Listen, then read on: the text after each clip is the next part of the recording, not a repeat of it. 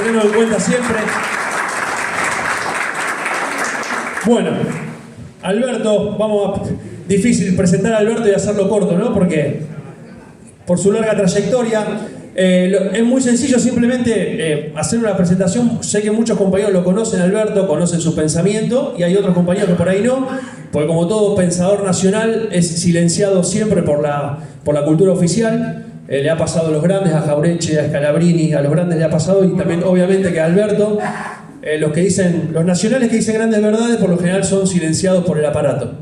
Así que bueno, Alberto Vuela Lamas es filósofo y escritor argentino. Ha trabajado temas como la América y el problema de la identidad, el pensamiento nacional iberoamericano, la teoría del disenso, la metapolítica, la idea de comunidad organizada y la filosofía en Argentina. Fundó y dirigió desde 1994 a 1999 la primera revista iberoamericana de metapolítica, disciplina de la cual es precursor en nuestro continente y sobre la cual ha estado trabajando para imponerla dentro de la currícula universitaria. Fruto de este trabajo es su libro de ensayos Disenso, editado en Barcelona en el año 99, que lleva prólogo del gran filósofo peruano Alberto Wagner de Reina, que fue introductor de Heidegger en lengua española. Es principal creador y divulgador en Iberoamérica de la metapolítica, como decíamos, ciencia interdisciplinaria que tiene por objeto el estudio de las grandes categorías que condicionan la acción política de los partidos y los gobiernos. También ha trabajado y realizado ponencias con filósofos internacionales, como por ejemplo Alexander Dugin, el ruso Alexander Dugin, y el francés Alain de Benoist. Y bueno, tiene una largas publicaciones como El ente y los trascendentales, la organización sindical, aportes al pensamiento nacional, teoría del disenso, virtudes contra deberes, identidad y lenguaje, y su último libro, Filosofía Argentina, una versión disidente. Bueno, realmente muy contento y muy agradecidos, Alberto, de tenerte aquí. Así que bueno, dicho esta presentación y un poco el contexto, vamos a darle paso a las palabras de nuestro secretario general, Oscar Genovese. Bueno, muchas gracias por su presencia.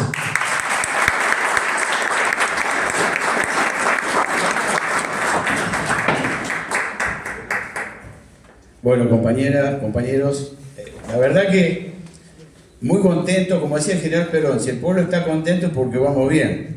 Y estamos contentos porque en realidad yo anoche pensaba, digo, ¿qué digo mañana? Y la verdad que lo tiene que decir el compañero Ayerbe y el compañero Vuela.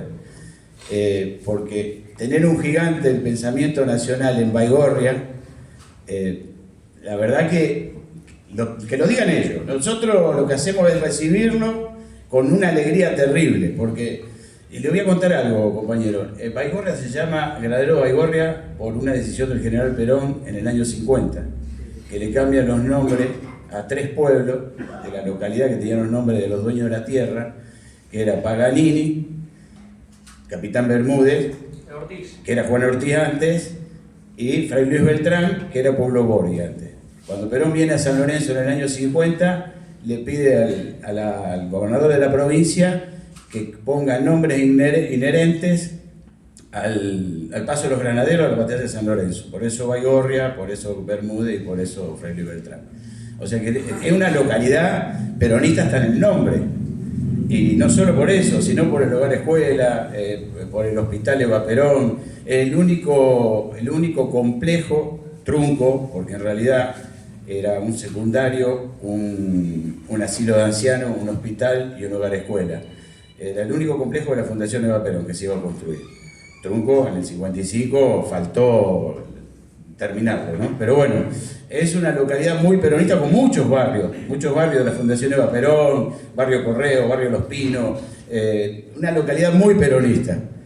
Y bueno, las disidencias que tenemos los peronistas, o algunos que nos han infiltrado y piensan de otra forma dentro del movimiento o dentro del partido, hacen que terminemos fracturados en 3 pedazos en las elecciones o 4 y pase lo que pase. Pero así todo, como yo siempre digo, nosotros venimos a luchar con alegría, porque como decía Jauretche, los pueblos tristes no ganan las batallas. Yo le voy a pasar la palabra al compañero Vuela, y de mí un agradecimiento terrible, y agradecerle a los compañeros que se ocuparon, y a los compañeros del Movimiento de Liberación Nacional también, que es eso el peronismo. El peronismo es un movimiento de liberación nacional. Sí, señor. Como decía la compañera Evita, el peronismo será revolucionario o no será nada.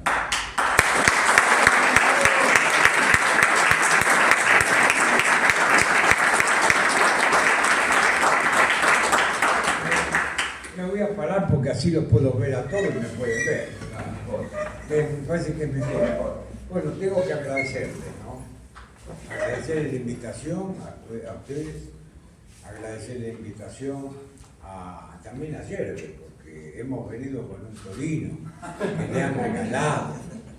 Así que, yo tenía que venir porque ahora me tengo que ir a una conferencia, mañana a otra. Venía a presentar un libro mío sobre la historia de la filosofía argentina. Lo veo acá al corto, lo veo allá, lo veo los compañeros míos de hace 40 años. De modo que lo primero es un agradecimiento. Y para empezar por el tema, a mí me gustaría, vengo a hablar bien del peronismo. Vengo a hablar bien del peronismo. Y dejemos de lado los dirigentes que hemos tenido, toda esta entrega que hemos tenido, no leemos de eso. Si eso se lo dejo a otras personas. Yo vengo a hablar bien del peronismo, porque el peronismo es un movimiento con dos cabezas se ha transformado. Por un lado es la teoría política del peronismo y por otro lado la conducción del peronismo. La conducción del peronismo se la dejo acá al compañero que reliegue con todos los dirigentes que tenemos, uno peor que otro, porque es una campaña para ver quién es más malo, no quién es más bueno. Pero eso a mí no me incumbe. Y después le dejo toda la tarea política a Yerbe. Y acá el compañero, bueno, que se encargue. Total, yo me voy a morir y a Yerbe va a seguir 20 años más. Entonces, vengo a hablar bien. ¿Y de qué se puede decir bien del peronismo? Si hace 40 años que tiene unos dirigentes de Morondanga. La teoría peronista. La teoría peronista es una cosa fuera de lo común. Normalmente aquellos que no son peronistas o que no lo han mamado, no lo han visto, no lo han estudiado bien, dicen, no, la teoría del peronismo la toma de la doctrina social de la Iglesia. El primer error. El peronismo no toma, el general Perón no toma de nada, no se copia de nadie. Por eso él dice en el proyecto argentino, el modelo, el discurso del 74, dice, no seamos un espejo opaco, que imita y encima imita mal. No, un espejo. Ustedes vieron cuando uno se baña que el espejo se enturbia todo y uno tiene que pasar la toalla para verse, porque si no, bueno, espejo opaco, que imita e imita mal. Y bueno, ¿viste? Van a decir, ¿y de dónde surge? No, del genio. Es así. Que haya nacido Perón en la Argentina es una cosa fuera de lo común. Es el genio. A él hablaba del óleo de Samuel, a él lo tocó el óleo de Samuel. Porque yo he recorrido y he enseñado 50 años de filosofía, como dijo acá el compañero, yo he enseñado en universidades europeas, en Brasil, en México, en Bolivia, en Chile, no sé a dónde no he enseñado. Pero y he leído todas las teorías, todos los teóricos políticos, desde Jean Bodin, desde el siglo XVI para acá. Y antes, si era hablar de Aristóteles, de estas cosas, si era mi especialidad. ¿Cómo no voy a leer los griegos, los romanos, los filósofos medievales? Bueno, y sin embargo, tácate. Yo decía, pero ¿cómo puede ser? ¿De dónde salió esta? Del genio. Del genio. Perón teóricamente fue un tipo fuera de lo común. Y fíjense ustedes que la idea fundamental, la idea filosófica del peronismo es la comunidad organizada, que siempre la decimos, la hablamos, pero nunca sabemos bien de qué se trata, porque no, es la armonía de todo, todos somos felices, viva la Pepa, donde va Vicente el ruido de la gente, y toda macana. Perón entonces distingue claramente, por eso están las banderas, y distingue claramente, constituimos un Estado centralizado, un gobierno centralizado, un Estado descentralizado y un pueblo libremente organizado. Pero ¿cómo? Distingue entre Estado y gobierno. Acuérdense de esta distinción. Después, yo me voy, que quede esto solo. El peronismo, Perón, distingue entre Estado y gobierno. Nunca mezcló estas dos categorías. Lenin, que era un tipo interesante, de los marxistas, no era un cuatro de copa, le dice sobre, cuando habla sobre el tema del poder, tiene un escrito, los marxistas siempre lo citan, dice, no hace la distinción. Es una distinción difícil, no la entiendo. Jacques Maritain, que era un filósofo cristiano de la democracia cristiana y esas cosas, dice, no corresponde esa distinción. Jean Bodin no distingue. Yo qué sé, nadie distingue entre Estado y gobierno. Y sin embargo, Perón distingue claramente. Le dice, el gobierno, ¿por qué? El gobierno, ¿por qué es centralizado? Porque es el órgano de concepción. Es el que concibe. El que piensa, vamos a hacer tal cosa. Y el Estado es un órgano de ejecución. Pero, entonces, ¿cómo es que ahora que están los liberales, ¿vieron? Se desarma el Estado. Si se desarma el Estado no tenemos un instrumento de ejecución.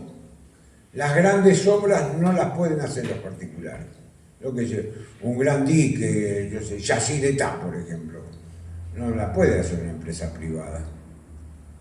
La tuvo que hacer los estados paraguayos y argentinos. Por supuesto, los paraguayos no fumaron en pipa. Bueno, ahí comenzó el monumento a la corrupción. ¿Por qué? Porque el Estado no tiene un ser en sí. El Estado es sus aparatos. Cuando ustedes lo vieron a mí que decía, fuera, fuera, fuera, ¿qué estaba haciendo? Desarmando los aparatos del Estado. Y tenía razón, porque si esos tipos no funcionan, esos tipos es una burocracia que ha esquilmado al pueblo argentino. Entonces, ese instrumento tiene que ser un instrumento que esté afilado, que ande bien, que sea una tenaza que corte, que sea una cuchilla, una tijera que corte, un destornillador que esté afilado. Es decir, el Estado es un instrumento. ¿Y cómo se manifiesta la naturaleza del Estado si no tiene un ser en sí mismo? El Estado es a través de sus aparatos. Son sus ministerios, sus secretarías, sus direcciones. Pero todo eso no funciona si no hay un gobierno que le fije los fines. Para eso nosotros ¿qué elegimos? ¿Elegimos gobierno o elegimos Estado? Elegimos gobierno, elegimos gobernantes. Generalmente son gobernantes de charamusca que no sirven para nada.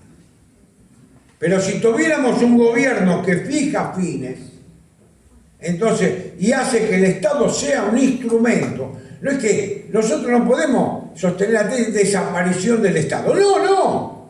El Estado está para hacer aquello que el particular no puede hacer. Este es el Estado. Por eso se dice que el Estado tiene tres principios fundamentales. El principio de solidaridad hace que soldum, de soldar, que todos seamos uno.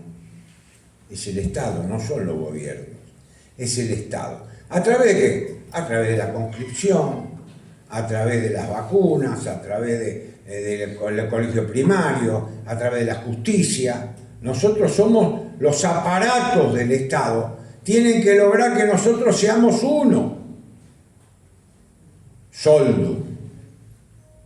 Pero al mismo tiempo el Estado tiene que cumplir una función supletoria del particular. ¿Cuándo? El principio de subsidiariedad.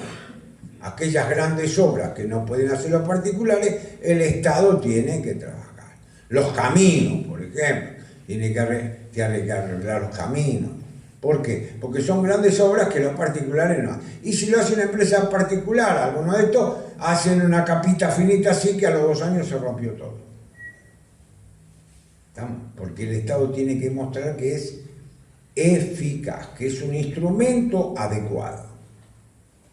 Y el último principio es el principio de bien común. El principio de bien común quiere decir, todo lo que hace lo hace en función de la totalidad de del pueblo, y no de una parte, de una minoría.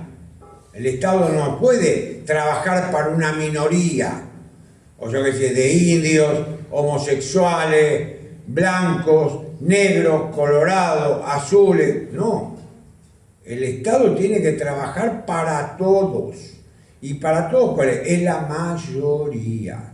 Ese es el criterio de verdad, es la mayoría. Yo le explico esto simplemente porque este es el corazón de este asunto. ¿Y qué hace el gobierno? El gobierno tiene que fijar los fines, tiene que dirigirlo al Estado. El gobierno tiene que tener una clara, por eso se necesita gobiernos que tengan una clara formación política, que distinga. ¿Qué tiene que distinguir el gobierno? La primera distinción, la distinción entre el amigo y el enemigo. Si yo gobierno Argentina, tengo que saber quién es el amigo o quiénes son los amigos y qué es la distinción política fundamental, la distinción entre amigo y enemigo. Algunos empiezan a decir adversario, bueno, no le hagan caso, se entiende enemigo. Esto no quiere decir que ello vaya contra el precepto cristiano de amar al enemigo, pero lo que sucede es que en el Evangelio, ¿qué dice? Hay que amar al enemigo, ¿cuál? El inimicus, el enemigo privado, a ese. Uno que, yo tengo un vecino que me peleo, yo que sé, un pariente. No, uno tiene que tratarlo con amor, tratar de tratarlo con amor. Al que combato es al optis, al enemigo público. Al que hay que combatir, la distinción amigo-enemigo, hay que distinguir. El amigo tiene dos rasgos, o como inimicus, que es el amigo privado que tengo que tratar de perdonar, tratar de llevarme bien, y el hostis, que es el que me hostiga, que es el enemigo público. Entonces, esto es lo que tienen que saber los gobernantes. Pero estos gobernantes no agarran, le huyen de la biblioteca como el perro de la cebolla. Ustedes le dan un perro cebolla, el perro no la va a comer nunca. Entonces esta distinción entre gobierno y Estado es un aporte genuino y original del peronismo. No es poca cosa. Yo que sé, acá en Argentina los socialistas, los radicales, los liberales, los conservadores, los kirchneristas, los progresistas, los socialdemócratas, no tienen ninguna idea propia. No tienen ideas propias. Los liberales, como yo, no tienen ideas propias. Bueno, pero y acá falta el otro elemento, que es el pueblo.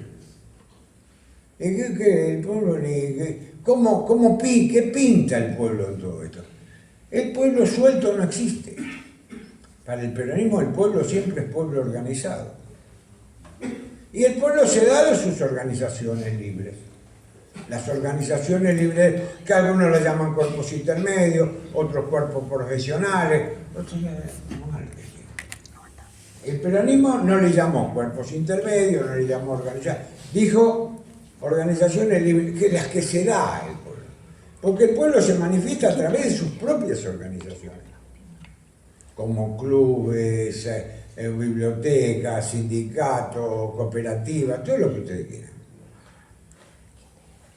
Y este grupo del pueblo, ¿cómo se relaciona con el Estado y con el gobierno? Porque está si tenemos gobierno, Estado y pueblo, se relaciona a través de sus organizaciones, donde él se transforma, Perón lo dice muy claramente. Lo que pasa es que los tipos que han escrito sobre el peronismo, les digo que son una lágrima, es para ponerse a llorar. Pero lo digo yo, que tengo ya 70 y pico de años y hace 50 o más que escribo sobre este tema, ¿no? Así que tengo medio siglo de desengaños, por así decir. Desengaños intelectuales, no desengaños amorosos, porque no los tengo. Entonces, escriben lo que se le ocurre, lo que sale a la cabeza. Creen que saben y no saben. Bueno, entonces, esto, Perón, ¿cómo le llama? Factor concurrente. Estas organizaciones libres del pueblo son factores concurrentes, ¿dónde? En los aparatos del Estado. En cada uno de los sindicatos, ¿a dónde van a pleitear? Van a pleitear al Ministerio de Trabajo para ver cómo cambian las condiciones del salario. ¿Me explico? ¿Y el sindicato de mineros dónde va? Al Ministerio de Trabajo y aparte a minería. Y los sindicatos de mecánicos van al Ministerio de Trabajo y van a la Secretaría de Transporte o lo que sea. ¿Me explico? ¿Pero para qué van ahí?